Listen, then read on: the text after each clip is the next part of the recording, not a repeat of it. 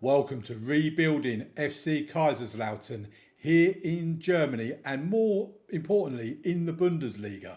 Yes, that's right, we got promoted from the Bundesliga 2 last season and this is going to be a difficult task to keep ourselves in the Bundesliga with only £1.5 million transfer budget and minimal wage budget.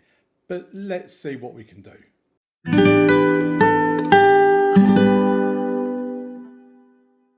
Welcome to the video, folks, and we start on the finance page because I think that's going to be very important for this season at least. We've got £15.5 million in the bank, but more importantly, we had £1.5 million transfer budget, which we spent a little bit about. We'll get to when I show you the transfers we've made.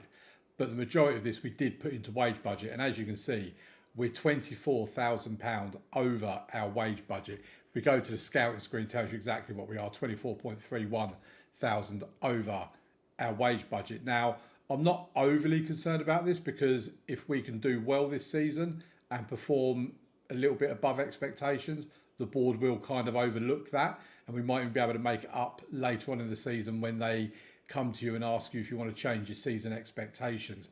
If we go and have a look at the club vision, the objectives from the board, the actionable objectives is to work within the wage budget, and as you can see it says struggling. Informational objectives is minimum 3-year contracts for first team players. They want us to avoid relegation from the Bundesliga. So basically, if we look like we're getting relegated, we'll be sacked at some point during the season. If it says fight bravely or attempt to avoid relegation, then you know you may well get away with it. But the fact that we're over the wage budget, we need to absolutely make sure that we're avoiding relegation this season. They want us to be competitive in the DFB Pokal.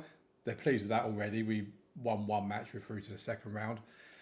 In terms of and you got these bits here, signed players based in Germany, they're pleased with that. Signed German players, they're delighted. Signed players under the age of 23 for the first team, satisfied. Then you've got all of these bits here, attacking football, possession football, whatever else.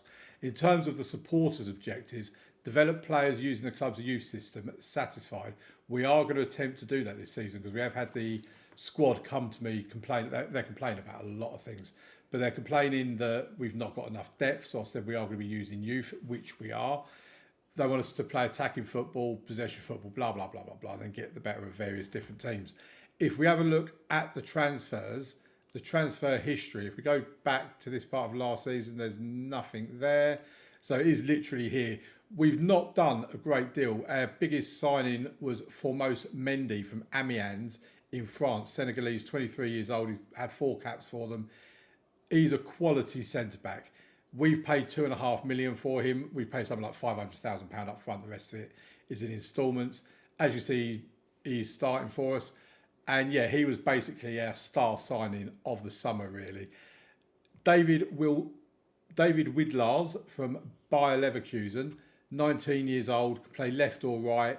There is an emphasis on youth, which you will, like I say, you will see during the course of this first part of the video. 2-star current ability with 5-star potential, looks a really decent player. We just need to get him training a bit better. Then you've got Stephen O'Day from Randers FC in Denmark. I believe it's Denmark.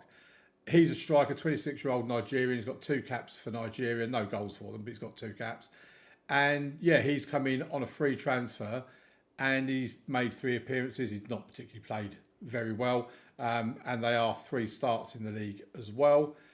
Then we've got Michael Lieder, another free transfer, 28-year-old German centre-back, can play right-back, can play defensive midfield, 3-star of current and potential ability. Then we have Jeremy Dudziak, a really good player actually. He looks good in our midfield. He's playing as a deep-line playmaker. And yeah, he's come in, as I say, on a free transfer, 3 appearances, 6.80, no goals or assists at the moment. But scoring goals is certainly something we are struggling with at the moment. And Michael Scott is another youngster that's come in on a free transfer.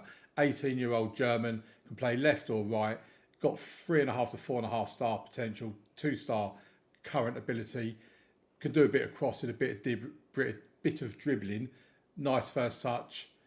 He's not got great pace or acceleration or anything like that, but hopefully that does improve. Julian Nahus, in the meantime, has been one of the, or probably is the biggest name that's left the club. He's gone out on a free transfer to RB Leipzig. Has he played for them so far? No, he hasn't. He should have stuck with us. He was really good for us in that defensive midfield role, but we have got a replacement. We had a replacement already here that was playing at centre-back for us last season. We've now moved him forward. And Aaron Basanak has gone to Hansa Rostock. Not really a player we was ever really going to use. Quite happy to let him go. If we have a look at the released players, you'll see there's quite a few released players in there as well. Zielinski is in there, Lobinger, Zuck. We did also have a player retire, I can't remember his name now, Kelvin Klaus or something his name is. If we have a look at staff, we've had a big changeover in staff. We had a whole load of staff that either left or went to other clubs, like a goalkeeping coach went to Borussia Mönchengladbach, as did one of our scouts. Freiburg had a couple of people as well, and we've brought in a whole load of new staff. As a result, our staffing, it's not great. Our coaching is looking pretty decent considering we are in the Bundesliga. We have the best for goalkeeper shot stopping. Pretty decent for the rest of goalkeeping actually. Fitness is not too bad. Set pieces, we top the tree on that. Scouting, we're above average in all parts of our scouting, and we're above average in all parts of our physio team as well, which is all great stuff. Now, this is not going to make pleasant viewing, the dynamic screen. If we look at the dynamic screen, you can see the team cohesion is average. The club atmosphere is very poor and going down. Managerial support is average and in the red. We've got Julian Kroll, basically he's our only goalkeeper. He wants to leave. I promised I'd let him go and I never made any attempt to sell him. So he's not happy with me. Then we've got Dennis Hanslick. His unhappy replacements have been signed. Well, I'm sorry, that's life, my friend. Then we've got John Zimmer. Feels there's a lack of sufficient quality and depth in the goalkeeping department. He's right, but there you go. We've got no money. We can't buy anyone. And Adrian Gribic is unhappy because he wants a new contract. Bear in mind, he signed for us last season. He wants a new contract already. And he wants to be the highest paid player at the club. So I basically couldn't offer him anywhere. He wanted something like £26,000 a week. All the club would allow me to offer him was £6,000. As you can imagine, he turned it down. He's now got the ump.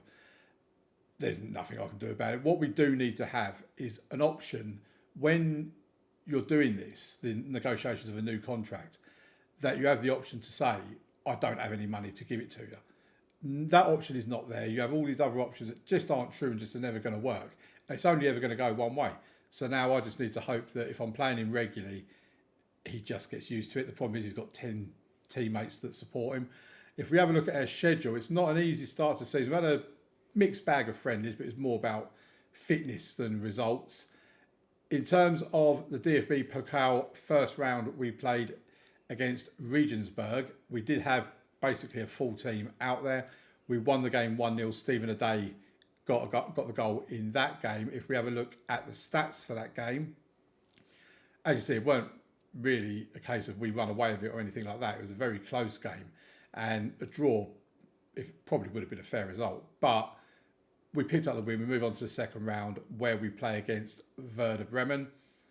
Then in the league, we started off with RB Leipzig. And as you can imagine, playing against RB Leipzig is not an easy game. We just weren't in it at all, really. We slightly dominated possession, but they were just better than us. They won 2-0. They had a goal disallowed. I mean, we didn't get that. Everything was going on their side of the screen, as you can see. But as you can see from the performances, obviously, Aday, Hanslick, Gribic. I mean, that's effectively a striker three there. Rachel, Ritter, Mendy. We just did not have a good game against RB Leipzig. But it's also a game we'd expect to lose. Then we played against Werder Bremen. This was away from home. We got a 1-1 draw with Rachel getting a penalty for us. And thankfully, I mean, we didn't play too badly in this game. As you can see, we had the better XG. We had more shots on target, more shots at goal. Possession was pretty much 50-50. And they had slightly better passes completed than us. They had slightly more corners than us. But yeah, I'd say 1-1 draw against Werder Bremen away from home. We'll absolutely take that. And then away from home against VfL Bochum. No idea if that's how you pronounce it. 2-1 win. Really happy with this. We actually got goals in open play as well. Gribic and Redondo getting a goal. Mika Haas and Rachel getting the assist for us. Mika Haas is a young player he's come up from our youth system. He's only 2-star with 3 to 4-star potential. But I just thought, let's get him in at left back because we didn't have anybody and we've got no money to spend. So that's part of the area where we are focusing on youth. If we then go and have a look at, so that's how we're doing in the Bundesliga. We are 11th in the Bundesliga. We were originally 9th, but someone must have played a game and it's knocked us down to 11th. 1 win, 1 draw, 1 defeat. Goal difference of -1, 4 points. As it is, we'll take that. That's not a bad start. In terms of what we've got coming up after we've got Stuttgart next.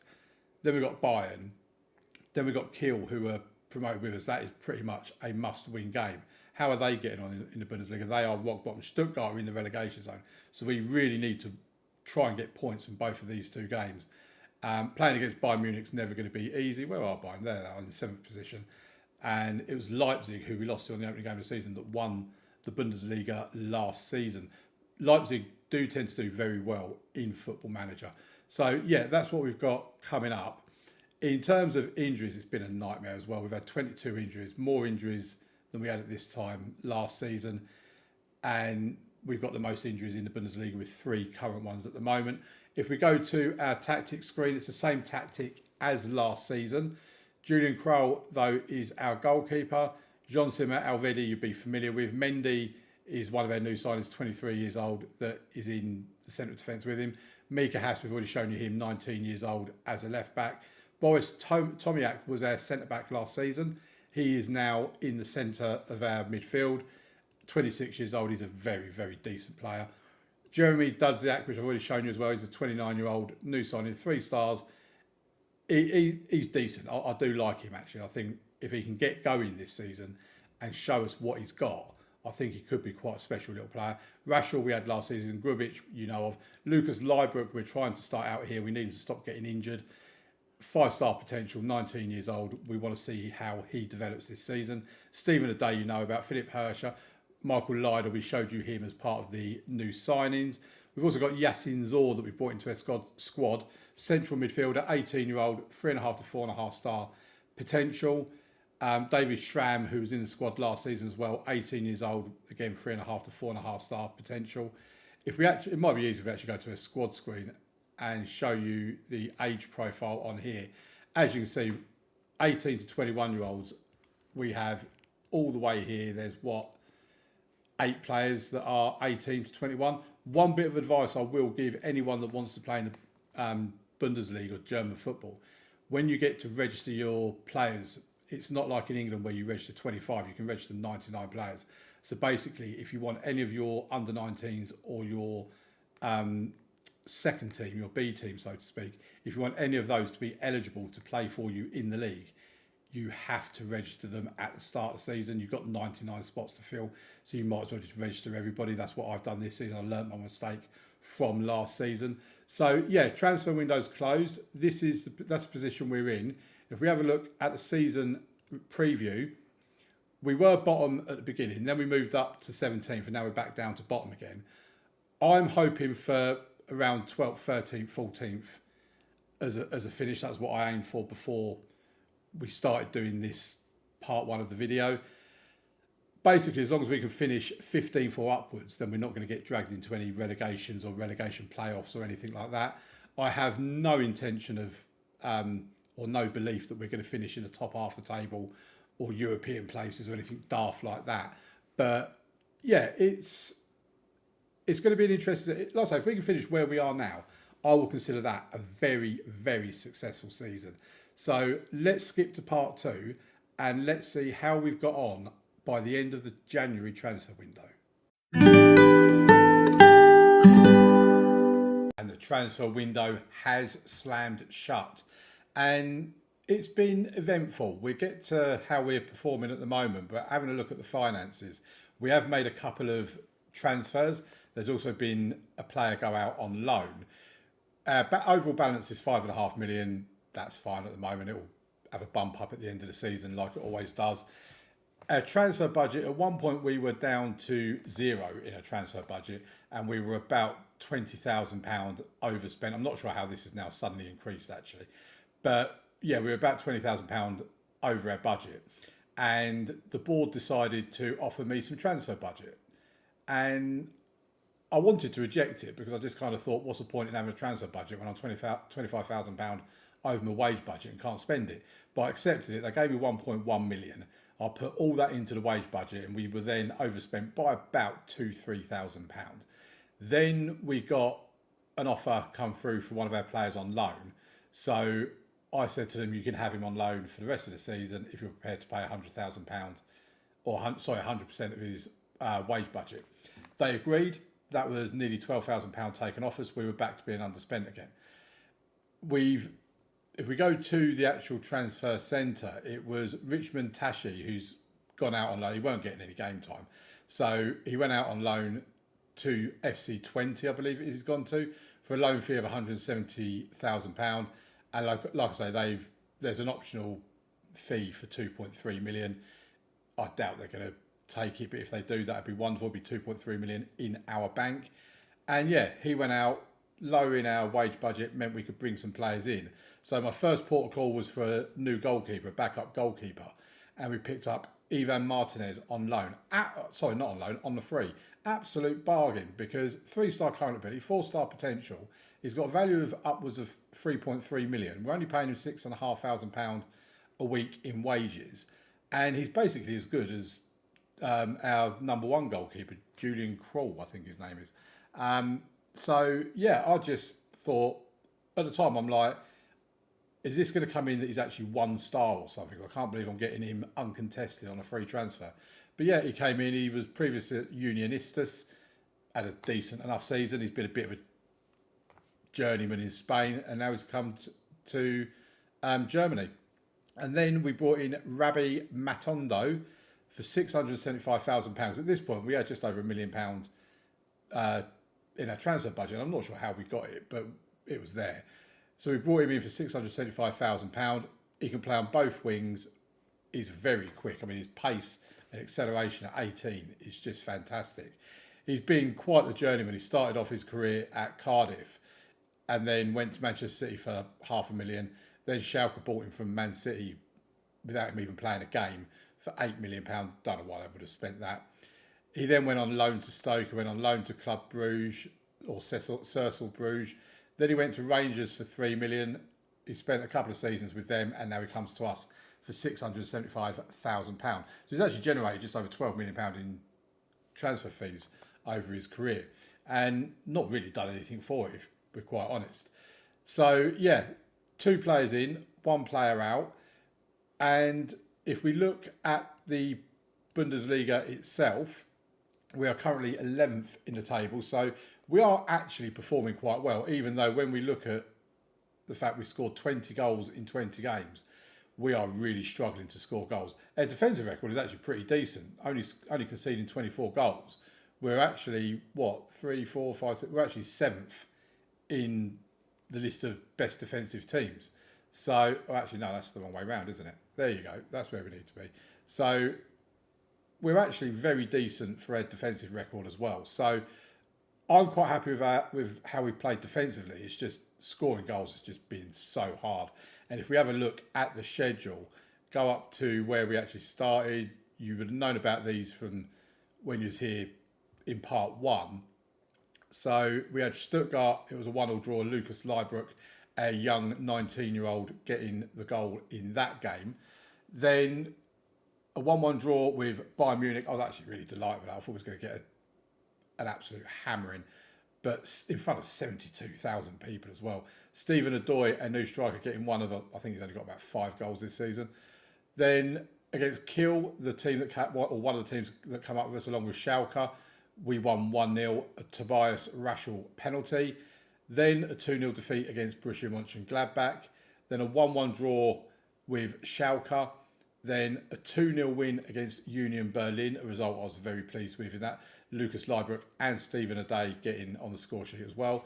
We then played Werder Bremen in the DFB Pokal and basically just fielded a completely rotated team. I effectively threw that game. We lost 4-2.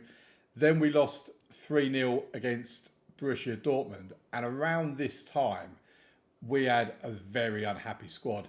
The dynamics, with the exception of cohesion, everything was in the red. The club atmosphere was in the red. The managerial support was in the red. I actually started getting concerned that I was actually going to lose my job because of losing the dressing room or something like that. And as you see, the results were not good. A 3-0 defeat to Dortmund, followed by a 3-2 win against Freiburg. We were pretty decent in that game, to be fair. Leibrook again, Raschel again, and Odai again as well. Then Raschel on the score sheet in a 1-1 draw against Wolfsburg. We then lost to Hoffenheim 1-0, a 1-1 draw with Frankfurt, Eintracht Frankfurt, followed by a 2-0 defeat at the hands of Bayer Leverkusen. Then we managed to put a couple of wins together. We had a 2-1 win against Augsburg, which, by the way, I was very confused here because just before, about 3 days before we played Augsburg, I got an email come through saying that the players are now on their mid-season break and that they'll be back whatever time it is that the mid-season break finishes. And I've looked at it and I'm like, well, we better not be because we've still got a game against Augsburg to play, so we better not be on a mid-season break. Luckily, it was wrong, basically, and our players were still here. 2-1 win against Augsburg, Leibrook and Rochel on the score sheet. Then we had a pre-season friendly just before, or a week before we was due to restart from the little break. A 3-2 win there, it is what it is. Then Alvedi got on the score sheet against Hodenheim in a 1-0 win, but then we lost 1-0 to Werder Bremen, 3-0 to RB Leipzig, and we've just beaten VfL Bochum 3-0, bearing in mind they are rock bottom of the league. Michael Lyder, one of our defenders, getting on the score sheet, Tobias Rochel with another penalty, and Aaron Apoku getting on the score sheet. So as a result of that, it does leave us, as we know, in 11th place in the Bundesliga on 27 points from 20 games. We're 9 points outside the relegation playoff spot, and we're also, 13 points outside of the actual relegation zone. We did get that email come through where we was offered the opportunity to change our season expectations. So we changed it from whatever it was to begin with to avoid relegation. I think that previously it was avoid relegation playoff, but we changed it to avoid relegation. That also gave us a little bit extra in the wage budget as well. Nothing in the transfer budget, but a little bit extra in the wage budget. So every little bit helps. I am a bit perplexed as to how we've now gone this far over, because we've not given any new contracts out to anybody or anything else. So the committed spending I can understand, but I don't really know how the current spending has now gone over. If we look at the club vision, I mean, we were on course for that for a few weeks, but again, we're struggling. But I think we'll get away with it if we can finish around where we are at the moment. They're pleased in our attempt to avoid relegation from the Bundesliga, and we've passed the Be Competitive in the DFB Pokal. Everything over here is good. They're not happy because we're not playing attacking football. I mean, if you look at our tactic, we play positive football. We just don't play attacking football. But again, I think they'll let that go. It is only lowly favoured, basically. If we look at dynamics, team cohesion is good. Club atmosphere is very good. Managerial support is average, but on the way down. We still have this guy here, by the way, Adrian Grubic. We had an offer come through from someone that was going to buy him. I think it was AA Gent. They were going to buy him off us for 1.3 million. I said, yep, absolutely, go for it. He didn't want to go, so he turned him down. Yet he's still unhappy that he's not getting a new deal. I don't know what to say to him. If you're unhappy, you should have left. Jean Simmer wants to leave. Julian Kroll wants to leave. He's had too many promises broken by his manager. I said I'd sell him. I had no intention of selling. I don't mind him going now because we've got what looks like a pretty decent backup. Marlon Ritter wants to start more games, so I am actually giving him more games. So hopefully that should be fine. And I think that's probably about all I need to show you for part two. There's obviously going to be no more transfer business going on, but we do have the rest of the season. It's just the Bundesliga to go. And like I say, with the fact that we are currently 9 points clear of the relegation playoff spot, I'm confident we're going to stay in the Bundesliga, but it has been a tough just over first half. Also, if we have a look at the medical centre as well, we've had 39 injuries. It's been tough at times, and we tend to get our injuries in one foul swoop, but it is what it is. In FM, injuries are injuries. So, 9 points clear of the relegation area. I think we'll be okay, but we'll find out in part three.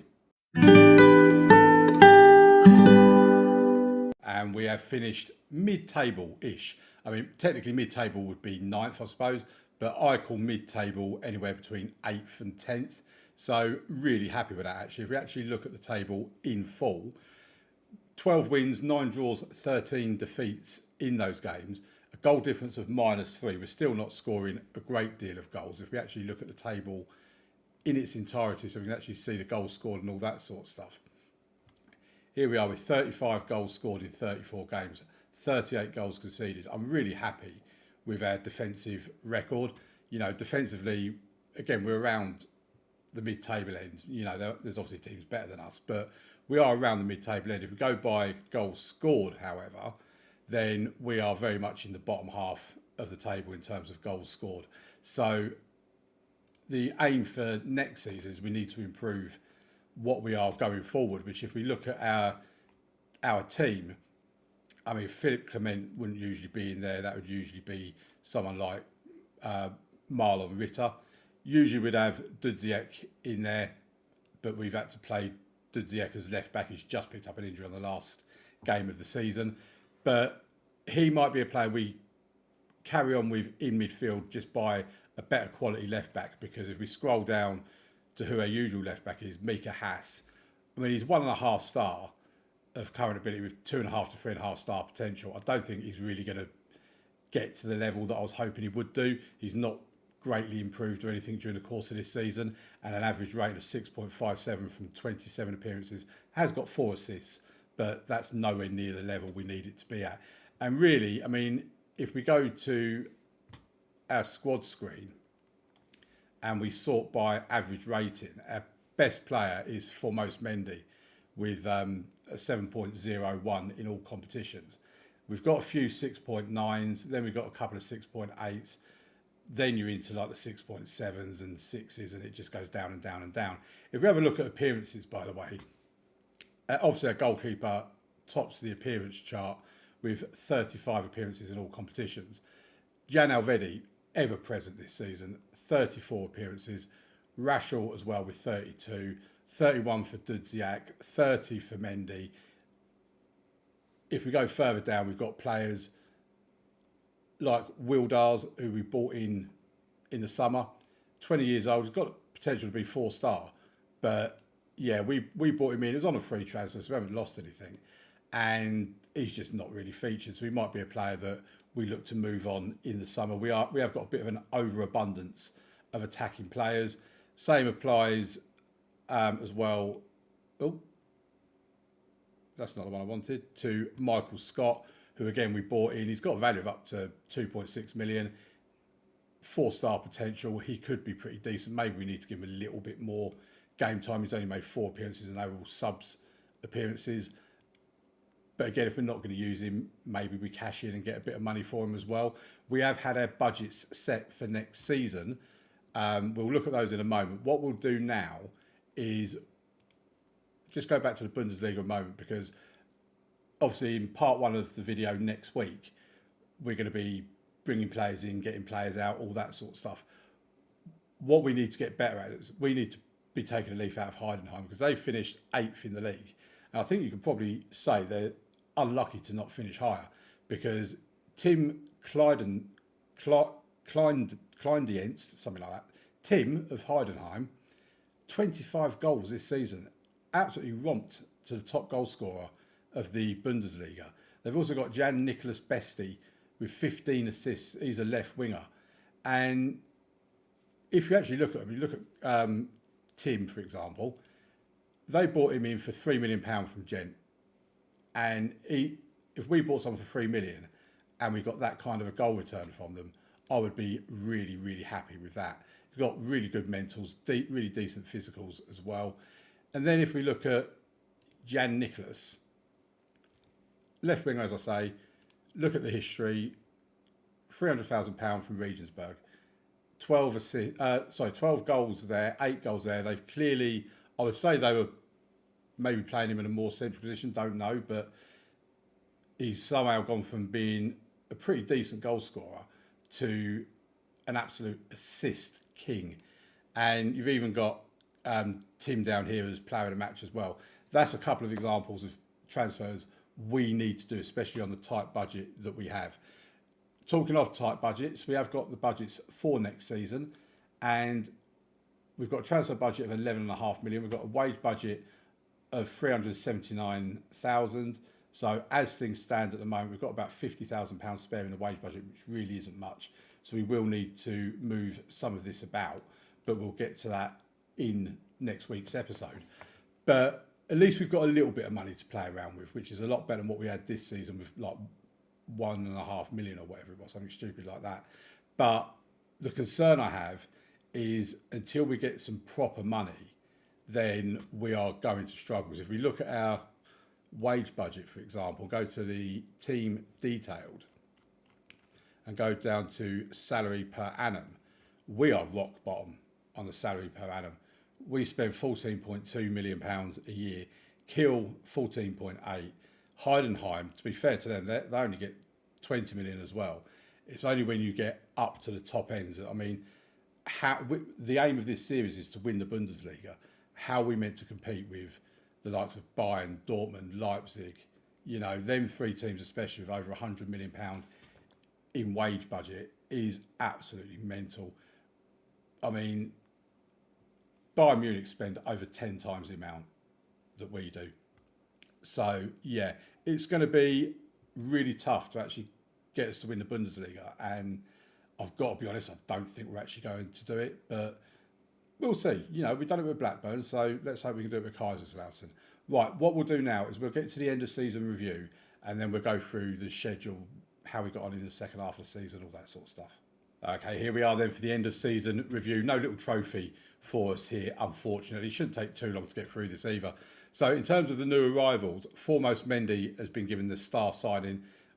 Yeah, I'll probably agree with that. £2.5 million from Amiens, 500,000 up front, 2 million in instalments, 30 appearances, 2 goals, 2 assists, 7.01.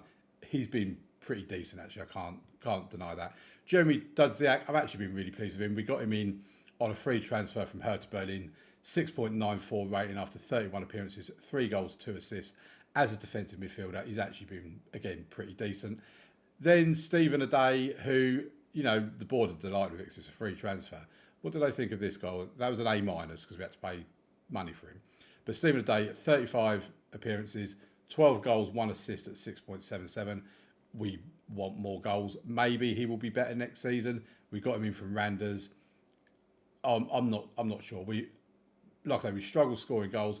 Is that his fault? Is it the fault of the supply? We'll soon find out, I guess. Then we got Rabbi Matondo in from Rangers for £675,000. I think he's been quite poor, to be fair. 15 appearances, 1 goal, 1 assist. Again, is it his fault because he's just not good enough at assisting? Or is it Aday, Hanslick, players like that are just not putting the ball away? Michael Leider as a centre-back, got him in on a free transfer. He's not played a great deal. 7 starts, 6 substitute appearances, 13 appearances in total, 1 goal, no assist, 6.57.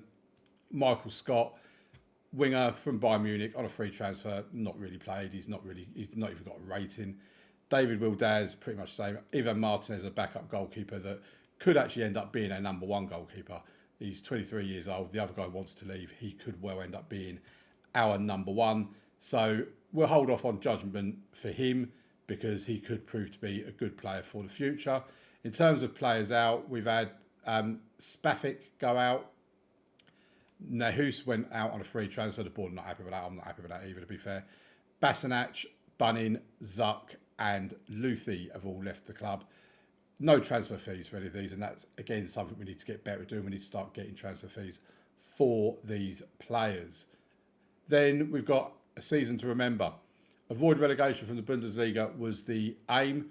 We did avoid it. We finished mid-table. 95% of our capacity has been filled throughout the season. We finished in 10th. Stephen Aday was their top scorer on 11 goals, and we've got a B+ from the board. In terms of the DFB Pokal, Bayer Leverkusen have won it. We got a C+, be competitive. They reckon get into the second round. Was competitive. That's fine with me. Then we get to the moments to remember. The biggest win was a 5-1 win against Freiburg. I didn't see this one coming. Freiburg were like 4th, 5th in the league at the time. And Dudziak, how many goals did he actually score this season? Is it 3 goals in the league? They all came in this one game. Absolutely mental. O'Day and Tomiak also getting on the score sheet as well. Roll getting a goal for Freiburg. 5-1. I was stunned that we won that game. Match to remember in the Bundesliga was the other game against Freiburg, actually, where we won 3-2. And we obviously like playing Freiburg. 8 goals for us, 3 goals for them over 2 games. Pretty entertaining affairs, I think you'd agree. Goal of the season has come from Dudziak.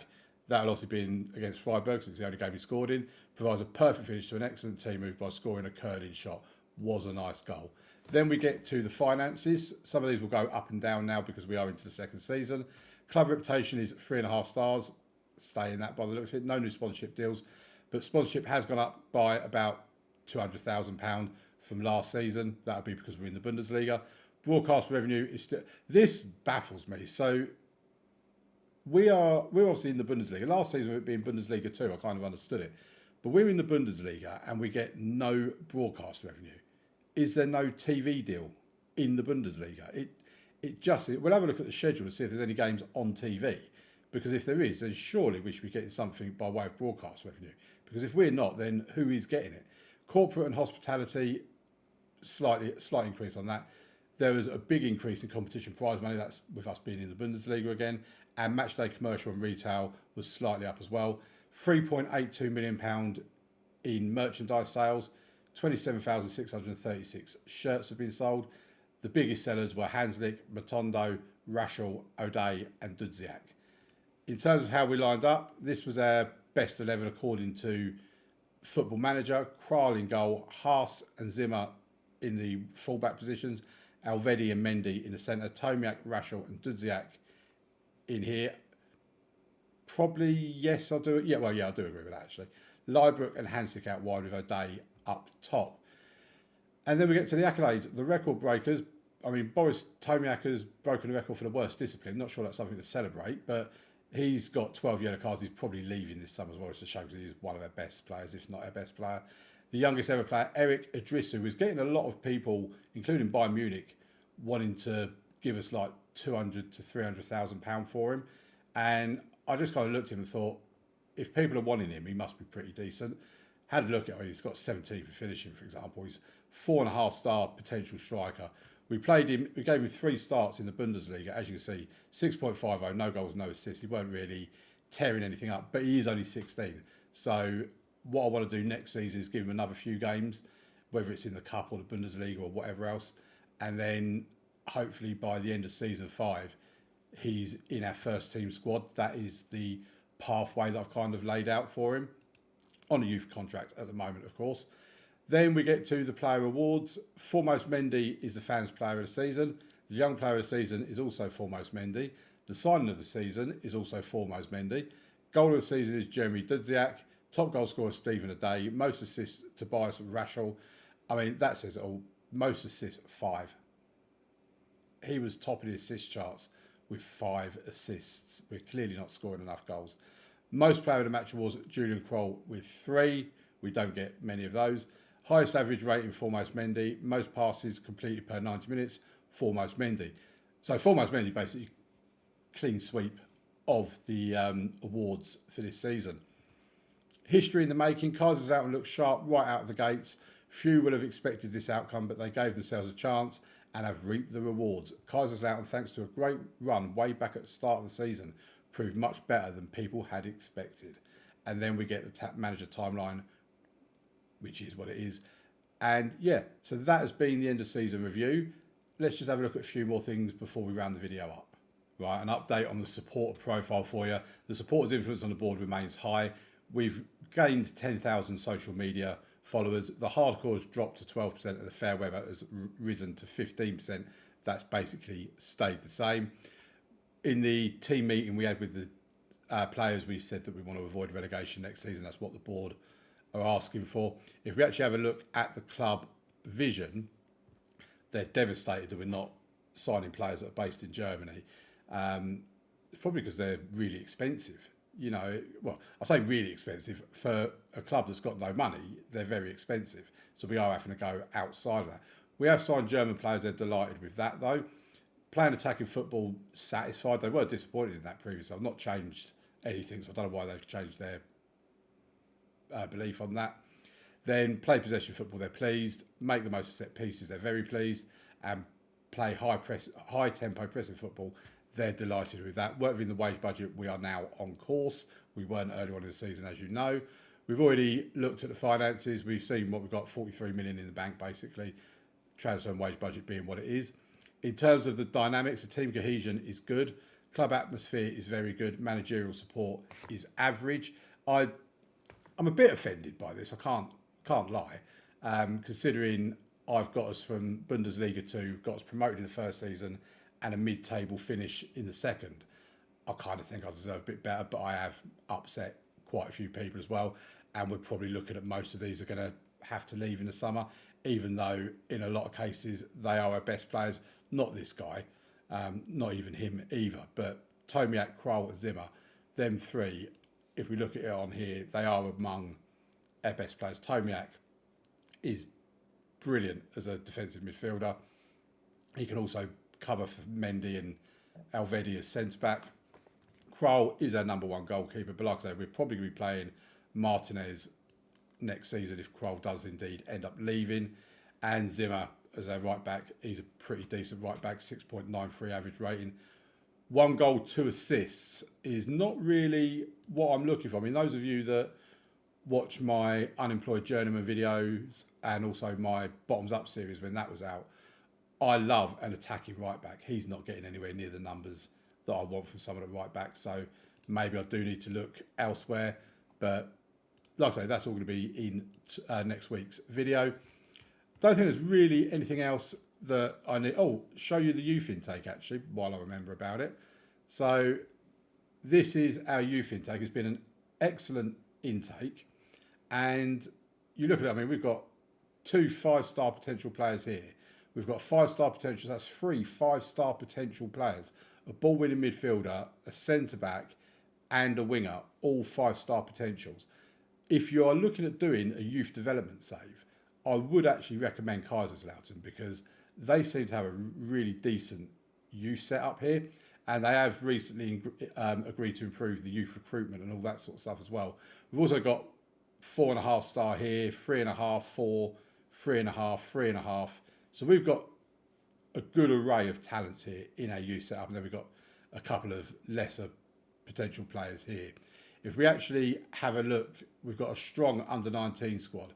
Not really worried about the second team, but we've got the makings of a really decent youth team, and I do want to keep some of the youth players around that we've had for this season. I want to add another 1 or 2 to it for next season as well, because I do want to use this youth or this development centre that we've actually got. I think it could be pretty exciting actually. And yeah, if we look at the club info and go to facilities, so our youth facilities are now great youth facilities. Our youth recruitment is above average youth recruitment, so we do still need that to improve a lot more. But we've got great youth facilities, excellent training facilities. So the club's heading in the right direction. You know, a stadium with nearly 50,000 in it absolutely is a great stadium. In terms of our players that are leaving, their contracts expiring, Mika Haas, I want to keep him around, but I haven't made up my mind. Neil Gibbs will be leaving, he's just not good enough. Kenny Prince Redondo, he will be leaving, he's just not good enough either. And Boris Tomiak has absolutely no interest in signing a new contract, so he'll be leaving as well. And then I'm just going to look at who else I want to ship out. We want to get some really good, decent, cheap players in as well. And that will all be in tomorrow's video. So thank you very much for watching, folks. Hope you've enjoyed the video. Hope you like the direction that we're taking Kaiserslautern. Let me know in the comments what your thoughts are. And I'll see you next week, 2 p.m, as always on a Sunday, for episode 3.